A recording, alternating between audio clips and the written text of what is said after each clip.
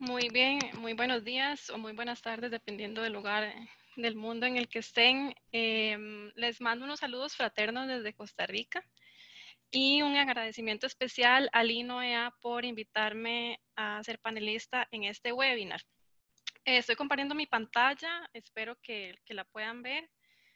Mi nombre es Graciela Inser, soy especialista técnica del Programa Regional sobre Migración Mesoamérica Caribe de la Organización Internacional para las Migraciones y les voy a estar compartiendo sobre la migración y el interés superior del niño en el contexto del COVID-19. Tengo bastante información, así que intentaré ser lo más rápido posible para poder cumplir con los tiempos. Ok, primeramente quería compartir algunas estadísticas para contextualizar muy brevemente. Entonces, al año 2019 tenemos un total de 56 millones de niños, niñas y adolescentes, lo cual corresponde al 21% del total de personas migrantes en todo el mundo. Y para finales del 2018 teníamos 31 millones de niños, niñas y adolescentes desplazadas. Entonces, nada más para conocer un poco cuáles son los números que estamos manejando de personas que se están viendo afectadas cuando estamos hablando de personas menores de edad. Antes de pasar propiamente a la implementación de los elementos o las etapas del interés superior del niño, quería también hacer una breve contextualización sobre la afectación, las principales afectaciones del COVID-19 en dos áreas específicas que preocupan de manera especial a OIM, que son los efectos en la educación y también en el aumento al riesgo a la explotación laboral y a la explotación sexual. Entonces, en este aspecto, en los efectos sobre la educación, mencionarles que al 17 de abril, es decir, hasta hace muy pocas semanas, 1.500 millones de estudiantes se han visto afectados por el cierre de escuelas. Si ustedes ven el gráfico aquí a la derecha, únicamente los países que están marcados en azul son los que continúan con centros educativos abiertos. Es decir, el resto del mundo están las escuelas cerradas, ya sea en su totalidad o de forma localizada. Y esto corresponde nada más y nada menos que al 91,3% de todos los alumnos en el mundo. La educación a distancia, aunque es una excelente herramienta alternativa a la educación, lo cierto es que menos del 25% de los países de ingresos bajos tienen acceso a estas herramientas y entonces la consecuencia ha sido que se han exacerbado las desigualdades existentes. Y recordar que los migrantes no siempre tienen acceso a estas tecnologías digitales, ¿verdad? Y niños, niñas y adolescentes que no pueden asistir a la escuela durante la pandemia van a tener un mayor riesgo de que o abandonen la escuela o se queden rezagados en el aprendizaje en general, pero también especialmente en el aprendizaje del idioma, que es sumamente importante para la integración, ya sea en su lugar de destino o el lugar de tránsito o donde se encuentren. El segundo punto que les quería comentar es el aumento del riesgo de la explotación sexual y laboral, que también preocupa mucho a la OIM. La pandemia en general acrecienta el riesgo de violencia, ¿verdad? De distintas formas, el abuso, la explotación sexual, incluso también el matrimonio temprano o precoz forzado. Y los niños que están en alojamientos temporales son los más vulnerables a ese tipo de violencia. Recordar que la explotación sexual también ocurre en línea y más bien ahora hay mayor riesgo de esta forma de explotación también mediante publicación de videos pornográficos, por ejemplo. En contextos de cuarentena o confinamiento hay muchas formas de violencia también que aumentan. Entonces, niños, niñas y adolescentes pueden ser objeto de abusos, por ejemplo, dentro de la misma familia, dentro del mismo seno familiar. Y recordar que la explotación laboral, incluida la trata de personas, tiene una relación directa con la inseguridad financiera, con la pobreza y la marginación. Y es por esto que estamos esperando ver más de estos casos. Los jóvenes migrantes son de los más afectados, los que tienen mayores riesgos de sufrir explotación laboral. o trata de personas con fines de trabajo forzoso, ¿verdad? Porque tienen un doble riesgo, tanto por ser personas migrantes como por ser personas jóvenes. Y también tienen más probabilidades de estar desempleados y de trabajar en la economía informal. Ok, comparto con ustedes algunas medidas muy generales y básicas de protección que hemos estado desarrollando por parte de la OIM antes de pasar propiamente a los elementos del interés superior del niño. Entonces, lo primero es informar a niños, niños y adolescentes sobre cuáles son las medidas de protección y de respuesta ante la pandemia, pero al mismo tiempo recoger información sobre cuáles son sus necesidades y experiencias, es decir, hacer un trabajo de escucha también con ellos para justamente poder mejorar esta respuesta, que nuestra respuesta esté basada en evidencia. Y en este caso sería de parte de escucha de ellos. Fortalecer las capacidades de los estados de proteger de la violencia, hacer campañas en contra de esta violencia, como mencioné, asegurar siempre la participación de niños, niñas y adolescentes en la formulación de respuestas, también asegurar acceso a Internet y a tecnologías, pero al mismo tiempo informar sobre cuáles son los comportamientos que son seguros en línea, ¿verdad? Para evitar lo que mencioné ahora anteriormente sobre la explotación sexual, sobre todo. Proveer a padres, cuidadores, tutores, salvaguardas con las herramientas necesarias para que puedan brindar apoyo psicosocial adecuado a niños, niñas y adolescentes. Asegurar que centros de cuidado alternativos sean accesibles a todos los niños, niñas y adolescentes migrantes, que sigan funcionando aún en el contexto de la pandemia y aún en contextos de confinamiento o de cuarentenas. Y las familias de acogida que están en estos centros de cuidado deben contar con apoyo específico, ¿verdad? Y entrenamiento específico. Entonces, por ejemplo, las personas que llevan a cargo casos individuales o casos familiares necesitan un entrenamiento especial para esto y se les debe proveer de cuidados alternativos para que ellos puedan seguir proveyendo de cuidados alternativos, ¿verdad? De manera adecuada y también protegiendo ellos su integridad y su salud. Más que nunca antes, buscar alternativas a la detención, eh, proveer asistencia económica a familias y a sus niños que sean los más vulnerables a la explotación, ¿verdad? Aquí tenemos que redoblar esfuerzos para identificar esta explotación, para mitigarla y también para poder remediarla. Asegurar que las familias y sus niños estén protegidos durante conflictos armados, ¿verdad? En realidad se está pidiendo que haya un cese de conflictos armados, pero en los lugares en donde esto no está sucediendo, que se les brinde la protección adecuada y finalmente también actuar fuertemente contra el racismo y la xenofobia que también está afectando muchísimo a niños, niñas y adolescentes migrantes.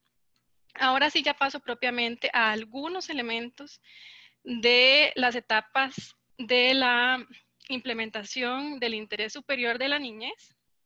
Entonces, como primer paso, tenemos la identificación y verificación de niñez no acompañada o separada, ¿verdad? Aquí tomar en cuenta que no todos los niños migrantes generan preocupación, ¿verdad? Y esto no necesariamente significa que no haya que aplicar una evaluación o una determinación del interés superior del niño, pero sí hay niños que viajan, digamos, en condiciones que no son de riesgo, pero debemos prestar especial atención a niños no acompañados o separados, ¿verdad? Y saberlos identificar. Que, bueno, la mayoría de las personas que estarán acá seguramente sabrán que un niño separado es un niño que no está acompañado ni de su padre, madre o tutor legal o responsable. Y tenemos que conocer los indicadores de riesgo y de vulnerabilidad que justamente nos van a indicar cuáles son los que están en mayor vulnerabilidad y necesitan de nuestra atención especial. Tomar en cuenta que en el contexto de la pandemia y del COVID-19, las tensiones normales que ya existen entre el proceso de evaluar el interés superior del niño, con lo cual queremos asegurar el bienestar de la niñez y lo cual implica brindar acceso al territorio, ¿verdad? Para brindarles protección. Y por otro lado, las medidas de control fronterizo, ¿verdad? Que por lo general ya existen esas tensiones normales, en este contexto se van a ver pues exacerbadas, ¿verdad? Y aún más cuando viajan en grupos grandes de personas. Si no es posible determinar cuál es la relación que tiene el niño, niña, adolescente con la persona que la acompaña, es en este momento que se debe referir a autoridades competentes nacionales. Esto también lo pueden hacer ONGs o la sociedad civil, pero se debe hacer de manera excepcional, es decir, que esto es competencia de las autoridades nacionales. Y debe ser personal competente el que determine cuál es la calidad de la relación entre niño, niña y adolescente y esta persona que no es padre, madre o tutor legal, y considerar la posibilidad de tener que dar alojamiento alternativo, ¿verdad? Que eso también es un riesgo y es más complicado en estos tiempos del COVID. Cubrir siempre las necesidades básicas, ¿verdad? Entonces, como mencioné, una premisa es proveer acceso al territorio. A veces, últimamente, los tratantes de personas han instruido a niños, niñas y adolescentes en cómo solicitar asilo para engañar a las autoridades. Entonces, esto se ha convertido en todo un desafío para las fuerzas policiales. Recordar que niños, niñas y adolescentes que han pagado a un coyote o a un traficante, ¿verdad? Que han utilizado, digamos, estos servicios, nunca pueden ser perseguidos o sancionados. Recordar que niños, niñas y adolescentes no siempre van a estar listos cuando los encontremos en territorio o en la frontera para ser entrevistados y para someterse al proceso de evaluación del interés superior del niño desde un inicio, ya sea debido a traumas vividos o por su estado emocional, ¿verdad? U otras circunstancias. Entonces, en este caso, se debe proveer un proceso de recuperación antes, lo cual también es todo un reto ahora en tiempos del COVID, sobre todo si tenemos situaciones, por ejemplo, de cuarentena o de confinamiento. Y las entrevistas que se hagan deben ser apropiadas para la edad, ¿verdad? Deben ser también género sensibles y con un lenguaje que sea perfectamente entendible y accesible para el niño, niña o adolescente. Y en cuanto se identifique a un niño no acompañado o separado, se le debe asignar un tutor, ¿verdad? O salvaguarda o guardián, tiene como diferentes nombres. Y se le debe asegurar acceso a necesidades básicas y servicios básicos como un intérprete y asesoría legal.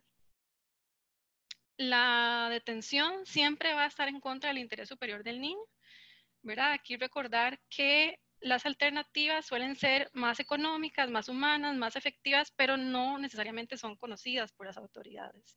Y esto se basa en el principio de que niños, niñas y adolescentes tienen el derecho a estar en contextos que sean familiares y que sean basados en la comunidad y que no sean custodiados, ¿verdad? Y esto entra bastante en conflicto con espacios, por ejemplo, de confinamiento o de cuarentena, incluso de alojamientos temporales.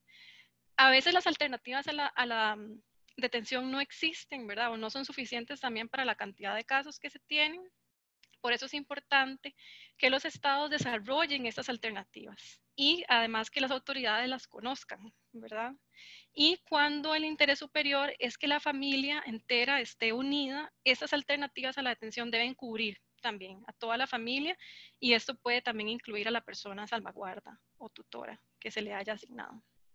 Los albergues o alejamientos deben ser adecuados, ¿verdad? Esto significa que se debe evitar a toda costa la falta de vivienda, eh, los desalojos forzosos, por ejemplo, eso también debe evitarse a toda costa, combatir la discriminación y los estándares de vivienda deben ser los mínimos y los correctos. Entonces, algunos estados utilizan espacios privados como hoteles o apartamentos, por ejemplo, los estándares mínimos de vivienda son superficie suficiente para la persona y la familia, que haya suficiente ventilación, que sean espacios seguros y también separados para mujeres y niñas, que haya acceso a instalaciones de necesidades higiénicas y sanitarias, también separadas por género, y que haya claramente acceso a electricidad, a agua, a gas, que haya un espacio para guardar pertenencias personales. También se debe proveer acceso a espacios de recreación, a vida espiritual, asistencia psicosocial, es decir, debe ser un abordaje íntegro. También a Wi-Fi, que el Wi-Fi ahora es sumamente importante para la comunicación y para el acceso a información. Y claramente tienen que ser espacios también seguros, de la violencia. Es decir, se tiene que proteger a niños, niñas y adolescentes de la violencia. El personal que entre en contacto con estos alojamientos temporales o con estos albergues debe ser altamente entrenado y las familias tienen derecho a recibir información sobre cuáles son los mecanismos de queja y cómo funcionan, y también tienen que saber, y eso es algo que se tiene que hacer, que estos espacios tienen que ser regularmente supervisados. Asegurar acceso a servicios esenciales, incluida la salud y la educación, y ya con esta filmina termino de mi parte. Entonces, adaptar estos servicios a las necesidades de niños, niñas y adolescentes migrantes, ¿verdad? Recordar que en muchos países o en muchos casos esta accesibilidad está vinculada directamente con la condición migratoria, ¿verdad? Está condicionada. Y a veces los países incluso no están dispuestos a proporcionar estos servicios o cuestionan por qué tienen que brindarlos, porque a veces se trata de migrantes que están en tránsito en su territorio, ¿verdad? Pero aquí tenemos que recordar que según la Convención de los Derechos del Niño y el Interés Superior del Niño, los niños antes que migrantes son niños, ¿verdad? Entonces prima su condición de niñez y por lo tanto los estados deben primar, deben colocar en primer lugar el interés superior del niño antes que cualquier requisito administrativo y garantizar que tengan acceso a estos servicios, lo cual incluye la salud y la educación independientemente de su estatus migratorio. Ya con esto termino. Muchísimas gracias por su atención.